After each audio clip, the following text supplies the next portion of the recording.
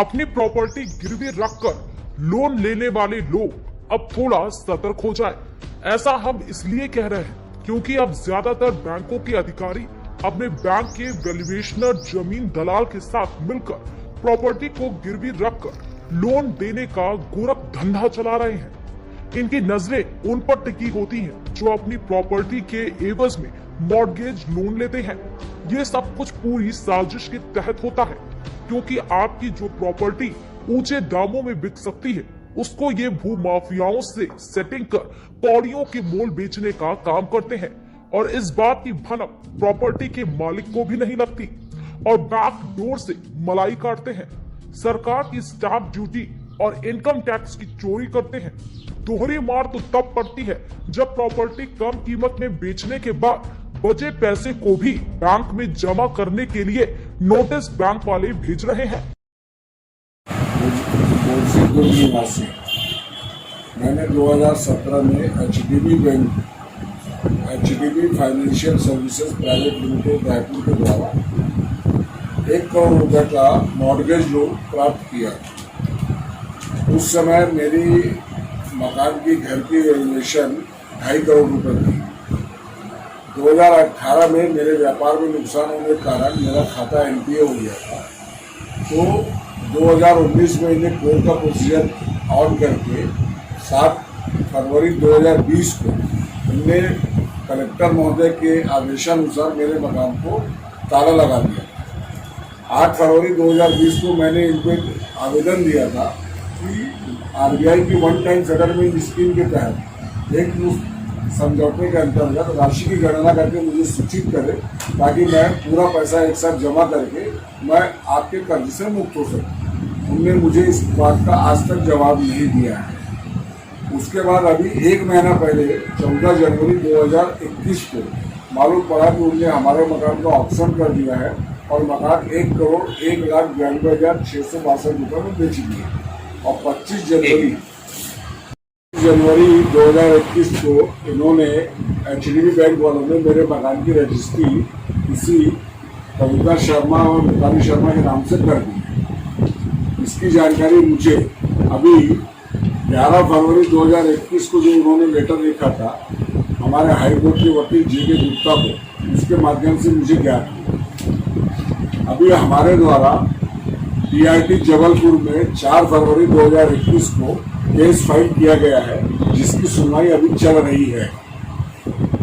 10 minute हमने bank को पिछले महीने जनवरी में एक आवेदन दिया था कि आरटीआई 2005 के कानून के हिसाब से हमको पूर्ण, जब से हमारा लोन प्रारंभ हुआ तब से लेकर अभी तक समस्त दस्तावेज उपलब्ध कराई जाए। तो बैंक वालों ने उसका जवाब हमें लिख के दिया है कि हम आरटीआई के दायरे में नहीं आते हैं, जिसके अंतर्गत हमने प्रमाण भी भिलाई प्रेस कॉन्फ्रेंस के अंतर्गत प्रस्तुत किया था, जिसमें पहला एक प्रमाण है कैनरा बैंक ऑफ रिसाली।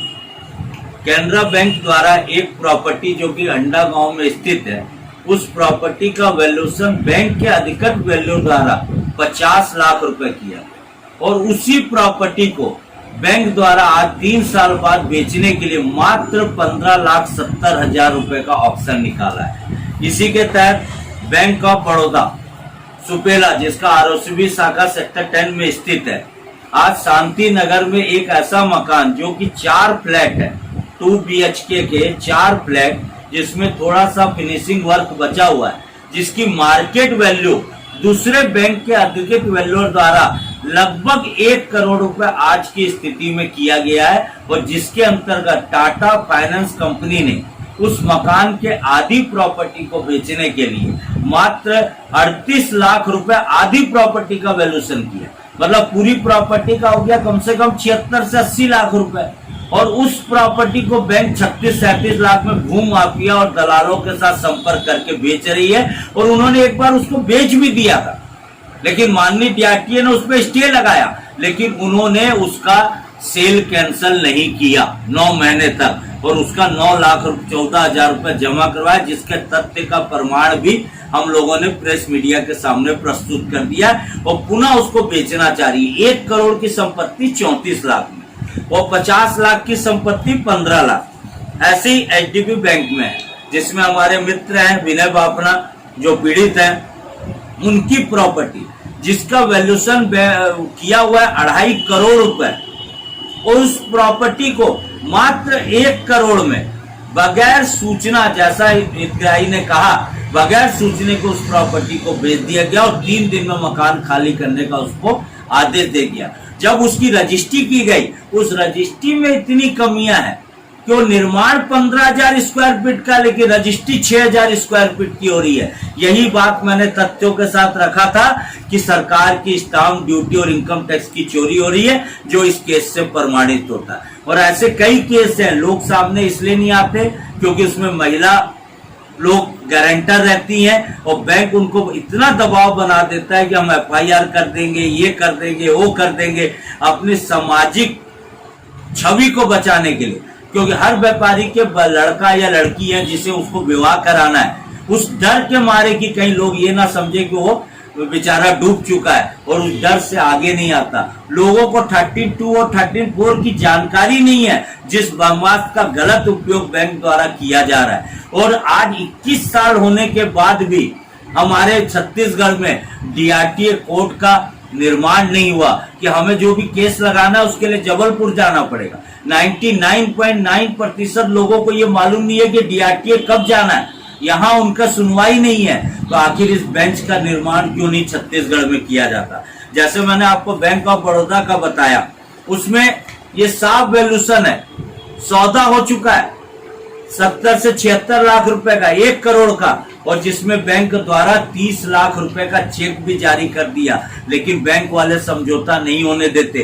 क्यों? क्योंकि वहां कहीं ना कहीं वो भू माफिया को फायदा पहुंचाना चाहते हैं। कहीं ना कहीं कमीशन खोरी, ये प्रमाणित होता है ये सारे तथ्यों से कि कहीं ना कहीं कमीशन खोरी हो रही है, कहीं ना कहीं किसी विशेष व्यक्ति को लाभ पहुंचाने का षड्यंत्र रचा जा रहा है। इसी प्रकार हम लोग ने उस भू माफिया के खिलाफ, जिसने एक महिला को इतना प्रताड़ित किया, उसके लिए हमने दुर्ग पुलिस अधीक्षक महोदय जी को एक ज्ञापन सौंपा था, जिसकी आज तक कार्रवाई नहीं हुई। मैं लोगों से यही चाहता हूं, प्रशासन से यही चाहता हूं कि व्यापारी हर चीज में हर राजनीतिक पार्टियों के साथ कंधे से कंधा मिला के खड़ा रहता है। तो GST एक मुद्दा नहीं है। आज अगर उनकी प्रॉपर्टी ही कौड़ियों के भाव बेच दी जाएगी और अगर उनके पास कुछ बचेगा नहीं, तो उनका बच्चों का भविष्य अंधकारमय हो जाएगा और उसके बच्चों को कहीं लोन नहीं मिलेगा, उनको शिक्षा से वंचित हो जाएंगे, वो कई तरीके की प्रताड़ना से वंचित हो जाएंगे। तो मेरा सरकार से ये निवेदन है कि कम से कम इन बैंक लोगों के ऊपर कार्रवाई करते हुए और उनकी जांच की जाए, और ऐसे धोखाधड़ी से जितनी भी प्रॉपर्टी बेची गई है या आगे बेची जा रही है, सब पे स्टे लगाया जाए और जांच किया जाए। अगर वो तथ्यों में सही पाए जाते हैं तो उस प्रॉपर्टी को बेचा जाए। और दूसरा मेरा आह्वान यह है कि हर व्यक्ति को